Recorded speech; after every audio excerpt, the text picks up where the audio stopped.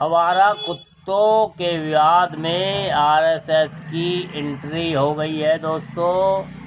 दिल्ली में चल रहे आवारा कुत्तों के विवाद में आरएसएस की एंट्री हो गई है।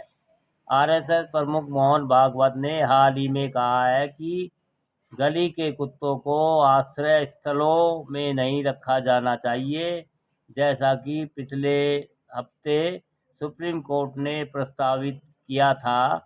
उन्होंने यह भी कहा था कि पकड़ो, नसबंदी करो और छोड़ो, टीका लगाओ और छोड़ो कि अंतर्राष्ट्रीय स्तर पर आजमाइश और परखी हुई विधि से उनकी संख्या कम की जानी चाहिए। भागवत के बयान के बाद आरएसएस समर्थक और कार्यकर्ता पशु अधिकार कार्यकर्ताओं के साथ मिलकर हाल ही में सुप्रीम कोर्ट के उस फैसले का विरोध करने लगे, जिसमें दिल्ली नगर निगम को गली के कुत्तों को स्थायी रूप से आश्रय स्थल में भेजने का आदेश दिया गया था, जबकि शहर में उसका कोई आश्रय स्थल नहीं है। कई नुक्कड़ विरोध रैलियों में हर हर महादेव, जय श्री राम और जय माता दी के नारे सुनना दिलचस्प था। इसमें पता चलता है कि कुत्तों का खाना खिलाने और उनको देखभाल करने वाले सिर्फ बड़ी कारों में बैठी दक्षिण दिल्ली की आंटियां नहीं है, जैसा कि कुछ आलोचकों ने उपहास किया है, बल्कि आरएसएस के समर्थक भी है। कहने वाले कह रहे हैं कि इन रैलियों में सुनाई देने वाली बातचीत और भी महत्वपूर्ण थी। उन्हीं भगवा समर्थकों द्वारा उस दिन को याद करना जब उन्होंने भाजपा का वोट दिया था और 27 साल बाद दिल्ली में भाजपा की सरकार बनी थी। प्रदर्शनकारियों का व्यवहार काफ़ी उग्र था। जाहिर है कि आरएसएस सड़कों पर इस प्रदर्शन को लेकर चिंतित है।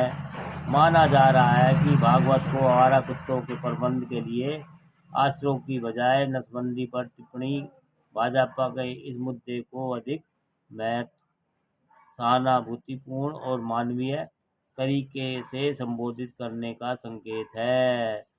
यह बात धार्मिक नेताओं के एक सम्मेलन में उस समय कही गई थी जब दिल्ली के आवारा कुत्तों को बचाने का अभियान अपने चरम पर था। हालांकि कई नेता भागवत की बात से सहमत नहीं दिख रहे हैं और आवारा कुत्तों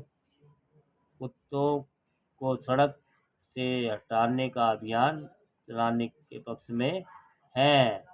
हालांकि शुक्रवार को सुप्रीम कोर्ट अपने अंतरिम फैसले में कहा है कि जिन कुत्तों की वैक्सीनेशन की गई है उन्हें वहीं छोड़ा जाएगा जहां से उन्हें पकड़ा गया था। जो कुत्ते खूंखार या रेबीज पीड़ित हैं उन्हें नहीं छोड़ा जाएगा। इस फैसले का सर्वत्र स्वागत किया जा रहा है।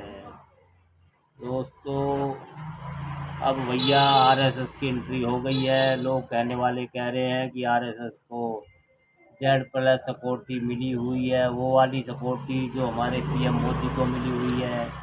एक सिक्योरिटी इनको भी लगभग प्रधानमंत्री के बराबर वाली सिक्योरिटी दे रखी है। और क्यों दे रखी है सरकार जनता को बताती नहीं है, क्योंकि आरएसएस कोई मान्यता प्राप्त या रजिस्ट्रेशन वाला संगठन तो है नहीं। ये तो बर्बरी तौर पे है, पर लेकिन सुनने में आया है इसकी काफ़ी सारी प्रॉपर्टी है।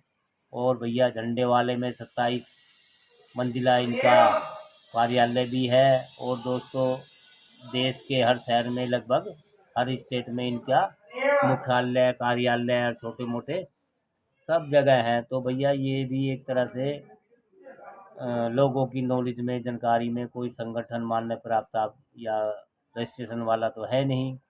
कई बातें ऐसे दुनिया में बहुत संगठन है और भारत में भी हर धर्म जाति के अलग अलग संगठन हैं।